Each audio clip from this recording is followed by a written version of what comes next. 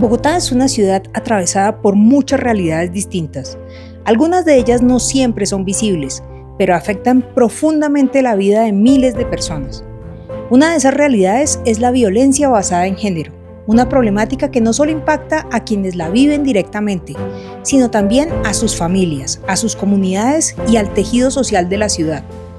Hoy, en Perrenque, Orgullo de Bogotá, conversamos con un par de personas que han dedicado buena parte de su vida profesional a la defensa de los derechos humanos y en particular a acompañar a mujeres víctimas de violencia. Mi nombre es Carolina Ramírez Jiménez, yo soy bogotana de nacimiento, soy abogada especializada en derechos humanos. Desde hace más de 15 años me incliné por el lado de la defensa de los derechos humanos. He hecho diferentes actividades y actualmente dirijo la Fundación Mujeres Tejiendo Caminos de Igualdad, Mutecay, que es un proyecto que nació como resultado de la experiencia o de mi experiencia personal y profesional en el campo del trabajo de los derechos humanos. A lo largo de mi carrera, pues yo he trabajado con víctimas del conflicto, he trabajado con infancia, he trabajado en muchas líneas, pero yo vi que hay una línea que desafortunadamente está muy desatendida y es el tema de la mujer, el tema de la violencia contra la mujer. Yo empecé a trabajar de forma voluntaria en otras organizaciones de derechos humanos, haciendo acompañamiento a mujeres, cuando vi la necesidad y que desafortunadamente aquí los profesionales no tienen el enfoque de género, que las entidades no tienen este enfoque y existen muchas barreras para que las mujeres tengan protección. Yo padecí violencia de género y cuando tú te estrellas frente a esta realidad, siendo profesional, trabajando en derechos humanos, dices, oye, ¿cómo así? O sea, entendí que este no es un problema que solamente afecta a la comunidad aislada, que esto es un problema que nos afecta a todos, que afecta a nuestra familia, que afecta a nuestro entorno, que afecta a nuestros hijos, porque la violencia no solamente afecta a las mujeres, afecta a los niños, afecta a los hombres, porque la violencia de género también va contra los hombres. Hace como 8 años empecé en este proceso de estructurar lo que es Mujeres Tejiendo Caminos de Igualdad. A veces cuando tú trabajas en este tema de derechos humanos, tú tienes que hacerlo con las uñas. Entonces a veces falta personas que realmente crean en el proyecto, crean en este tipo de procesos y quieran hacer parte de eso. Yo puedo decir que a lo largo de este trayecto tuve mucho acompañamiento de mujeres de corazón, de mujeres que querían trabajar en esto, pero pues desafortunadamente no tenían las herramientas, pero pues sin recursos es muy difícil. A mi vida llegó una persona que es muy importante, que me ayudó a materializar este proyecto de forma legal, porque como les digo, hace 8 años empecé con este trabajo de forma informal, por llamarlo de alguna manera, como muchos de los trabajos que se hacen en Colombia, porque ustedes saben que en todas las regiones del país existen defensores de derechos humanos, pero trabajan con las uñas y no tienen formalidad, no tienen estructura, no tienen nada. Dentro de este proceso se vinculó el ingeniero Marco Antonio Cepeda. Él es ingeniero civil, él creyó en este proceso y sintió empatía. ¿Por qué me pareció importante que un hombre se vinculara a este proyecto? Porque desafortunadamente nosotras las mujeres a veces sesgamos como estos espacios. Los hombres son actores supremamente importantes. ¿Por qué? Porque si ellos conocen lo que hacen mal, si ellos conocen cómo vulneran a las mujeres en muchas oportunidades por desafortunadamente esa normalización patriarcal que tenemos de conductas en Colombia, porque el machismo es algo cultural, desafortunadamente. Como dice la doctora Carolina, es un proyecto muy interesante, es aplicar la ley 1257 del 2008. Llevamos para 20 años y hasta ahorita las entidades territoriales, como la Procuraduría, como la Defensoría del Pueblo, digamos, están prestando atención a esta ley, que desde hace 20 años no pasaba nada. Y lo que dice la doctora es cierto, nosotros hemos ido a territorio, a muchos municipios en Cundinamarca, el Tolima y el Meta, y encontramos que la mayoría de mujeres normalizan ciertas actuaciones o ciertas palabras que maltratan a la mujer, pero lo ven normal. Entonces, yendo nosotros con los profesionales, los otros abogados, otros especialistas en salud, ayudamos a estas mujeres a que no sean víctimas, y la mayoría de víctimas que hemos encontrado son personas o mujeres que dependen del hombre. Entonces toca darle herramientas a las mujeres, capacitación, un emprendimiento para que puedan salir de ese, digamos, esa dependencia del hombre. Desde que me gradué como abogada, como profesional, siempre tuve la inquietud del tema, es más, desde que era una niña. Ya cuando yo adquiero una educación profesional, definitivamente digo, mi pasión son los derechos humanos. Entonces hago mi posgrado en derechos humanos y empiezo como esa carrera. Mi mamá fue víctima de violencia toda la vida. Yo desde ahí empecé porque yo me enfrentaba a mi padre para defenderla. Desafortunadamente, antes no existía como una legislación fuerte y mi vieja, aparte de ser maltratada, pues prácticamente la dejaron en la calle. O sea, padeció de todos los tipos de violencia, violencia económica, violencia física. Yo a mi mamá la vi casi morir en una cama por una golpiza que le dio a mi padre. Entonces eso como que me generó ese chip. Cuando yo crezco, yo decía, jamás voy a permitir que alguien me maltrate. Entonces, bueno, pasó todo. Yo me organicé con el padre de mis hijos y todo muy bonito. Cuando empieza el maltrato, yo creo que está pasando. O sea, empezó el maltrato verbal, así como empieza todo verbal, llegó el punto en que hubo agresión física. Entonces yo decía, por Dios, yo no puedo permitir eso. Entonces pues me dolió en el alma. Bueno, hice todo lo que tenía que hacer, tomé una decisión, me separé. Y a partir de ahí, digamos que mi lucha por los derechos humanos se inclinó un poco más hacia el tema de la violencia de género. Yo siempre había hecho acompañamiento generalmente a mujeres que no tenían recursos, a mujeres pues que realmente necesitaban porque digamos que su formación académica, su economía, su entorno familiar, pues era de escasez, ¿cierto? Cuando me pasa eso, yo reflexiono y digo, no ven, esto no es tema solamente de la población vulnerable.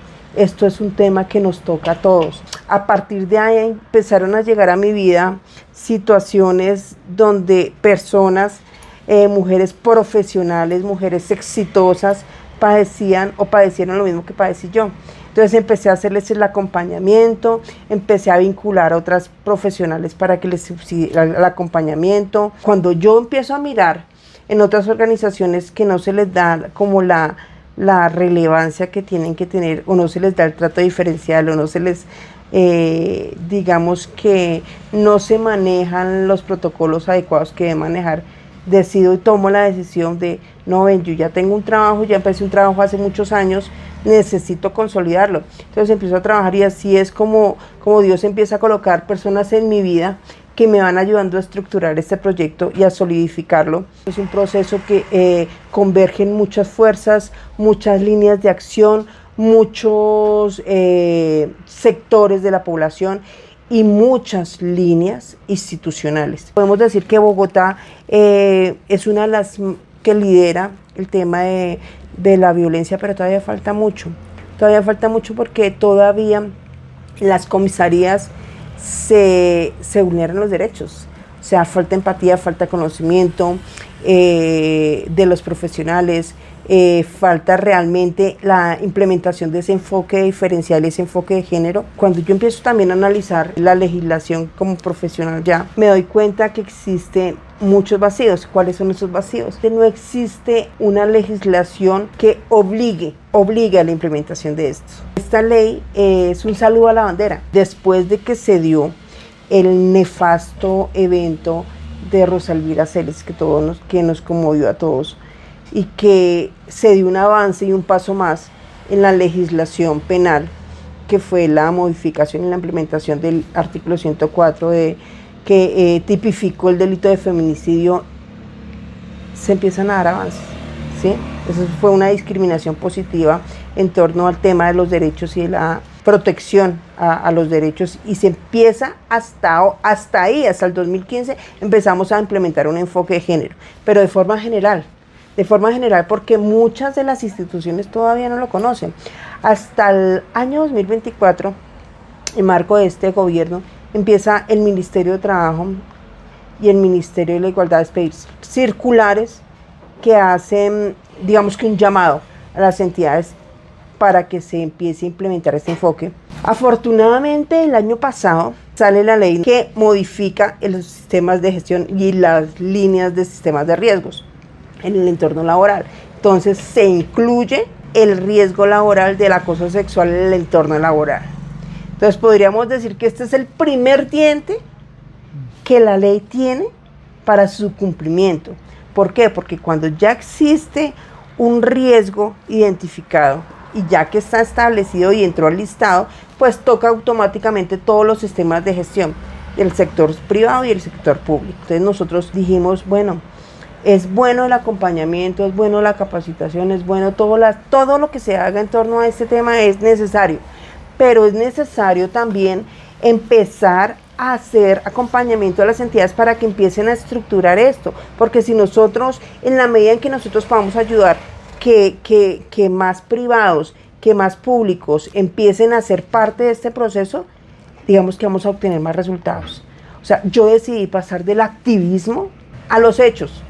O sea, veo la necesidad, más que como abogada, que como mujer, de que toda esta pocas herramientas que existen, porque son pocas en comparación a la gran necesidad y demanda que existe en torno a la violencia de género y violencia contra la mujer, se empiecen a materializar, porque es que lo más triste es que tú vas y les dices, mira, está sucediendo, esto es en un municipio y a los alcaldes no les importa, no hay presupuesto, nunca hay presupuesto para este tipo de cosas.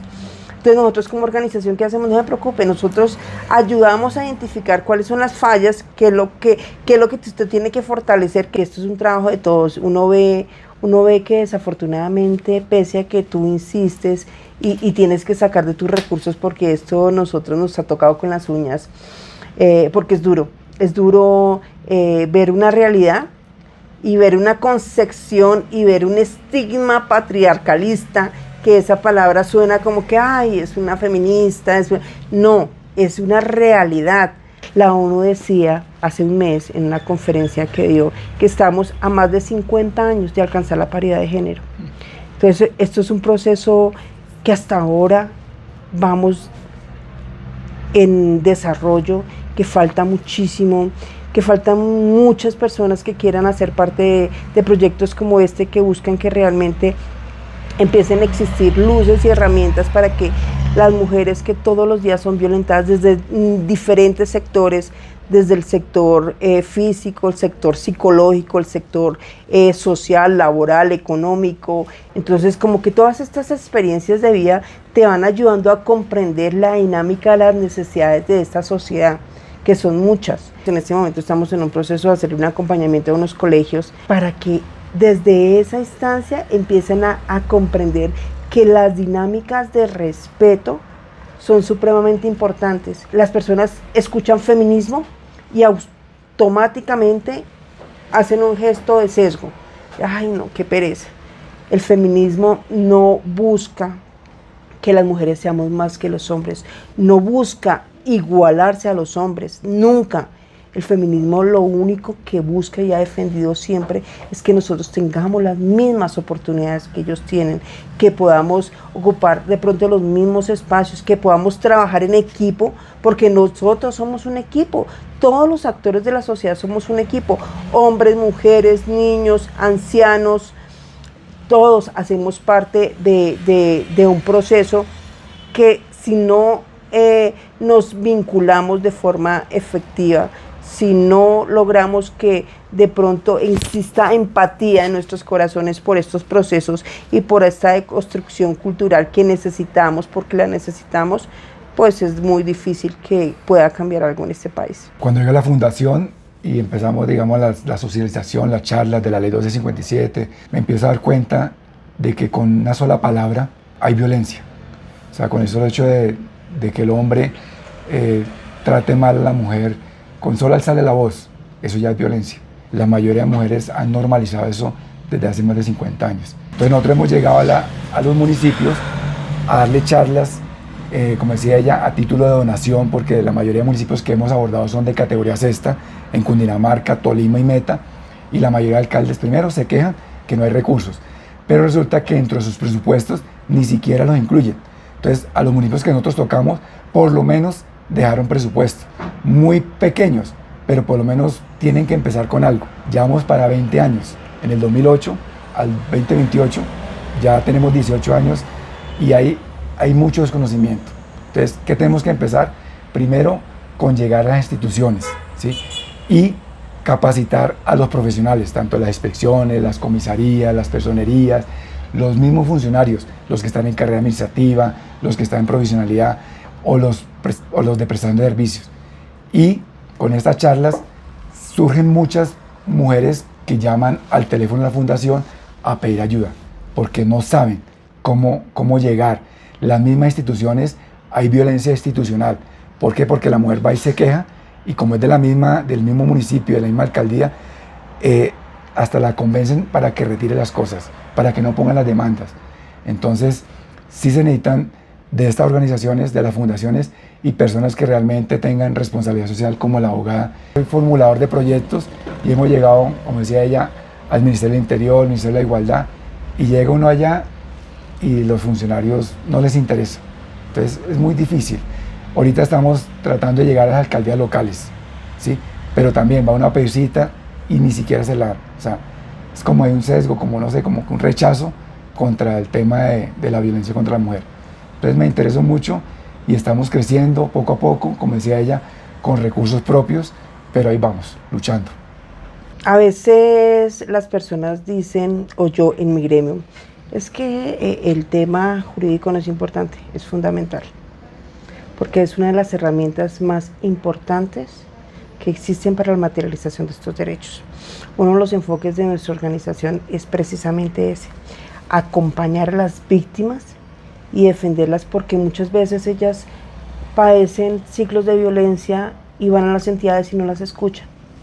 Cuando tú vas como abogada y más como representante de una organización, es un chip que tienen las entidades, automáticamente te ponen más atención. El conocer ciertas circunstancias en el derecho me ha ayudado muchísimo para ayudar a muchas víctimas, si no a de pronto hacer un cambio, sí, para tener una respuesta más eficiente y más efectiva, para salvar vidas. Yo tuve un caso y me gustaría comentarle porque fue un caso que me tocó muchísimo en Pitalito, Huila. El compañero permanente le pegó una puñalada aquí en esta parte, como al lado del corazón,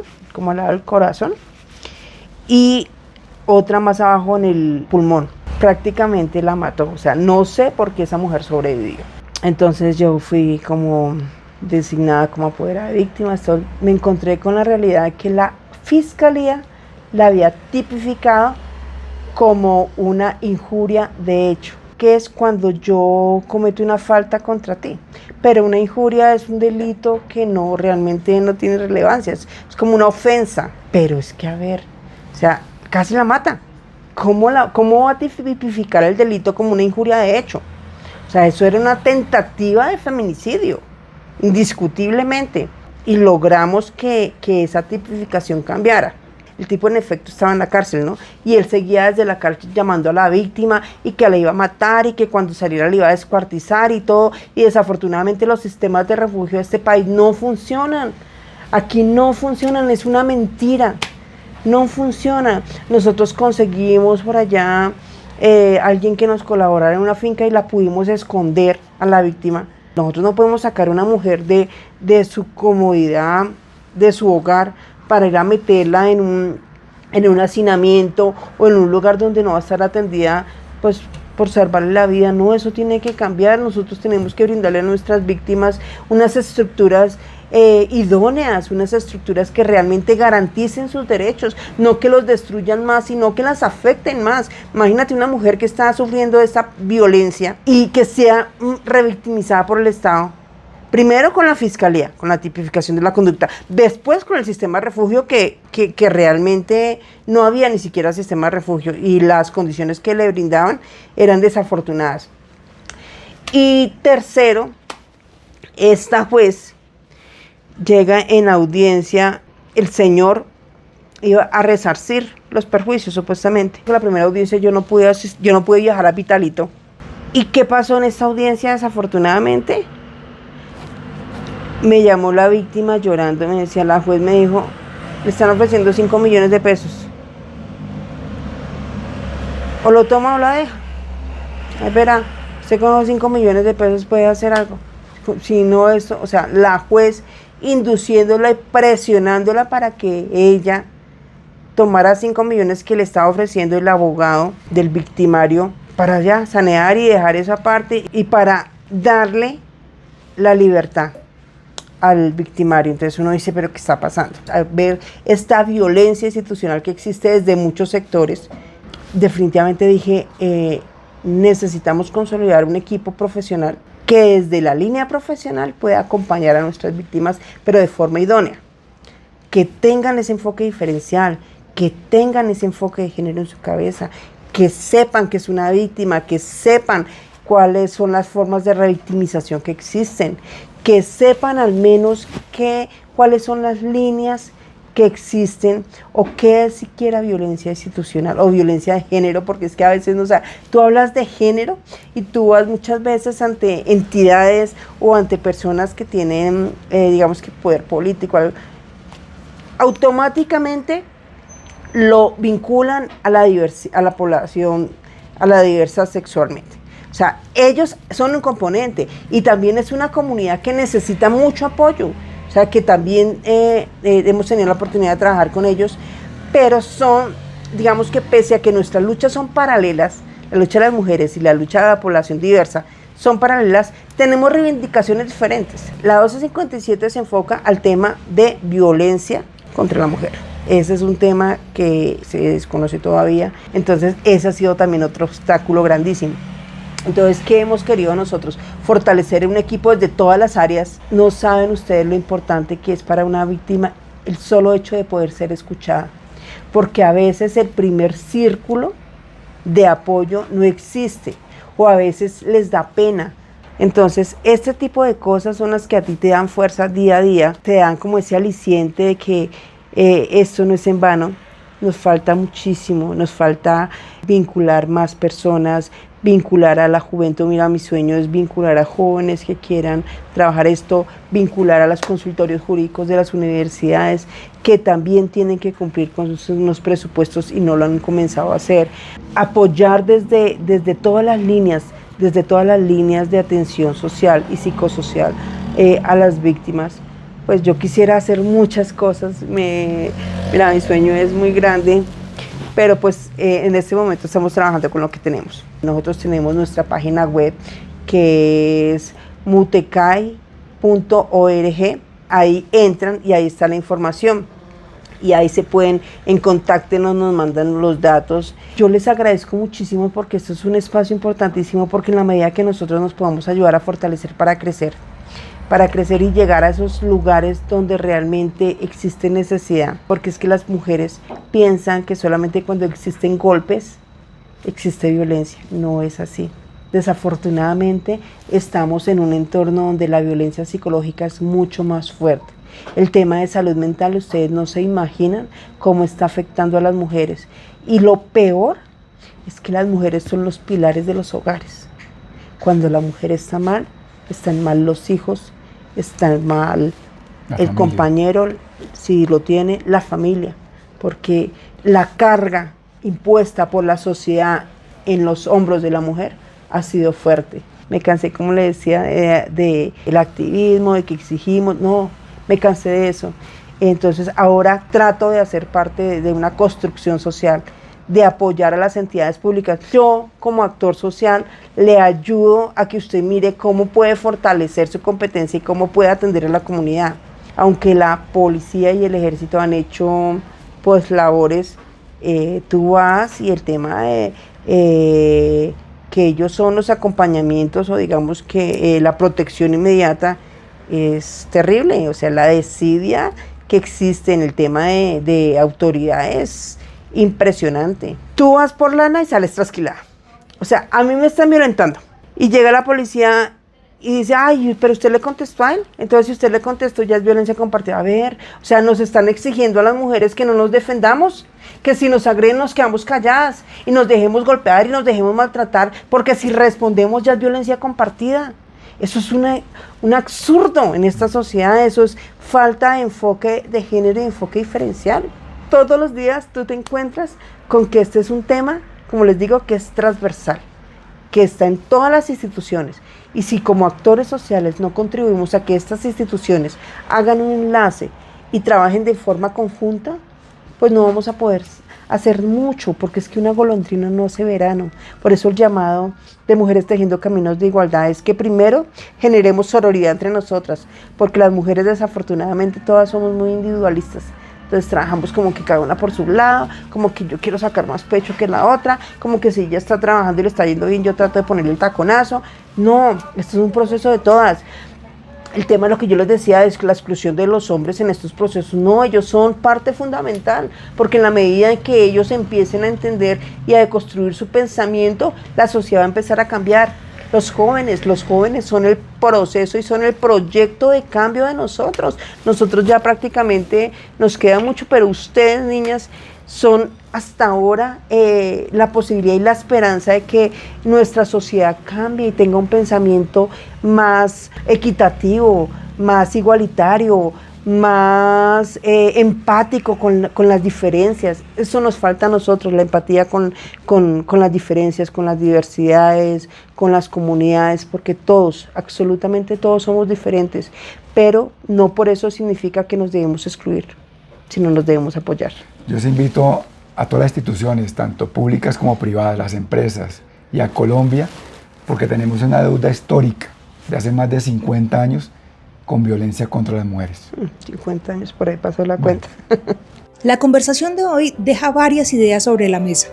La violencia contra las mujeres no es un problema aislado, ni privado, ni lejano. Es una realidad social que requiere respuestas institucionales, pero también transformaciones culturales profundas. El trabajo de organizaciones como Mutecai muestra que el acompañamiento, la orientación jurídica y la formación en derechos puede abrir caminos para que muchas mujeres recuperen su autonomía y reconstruyan sus proyectos de vida.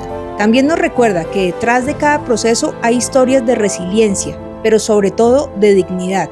Si quieres conocer más sobre este trabajo o apoyar iniciativas que defienden los derechos de las mujeres, te invitamos a seguir y compartir este capítulo.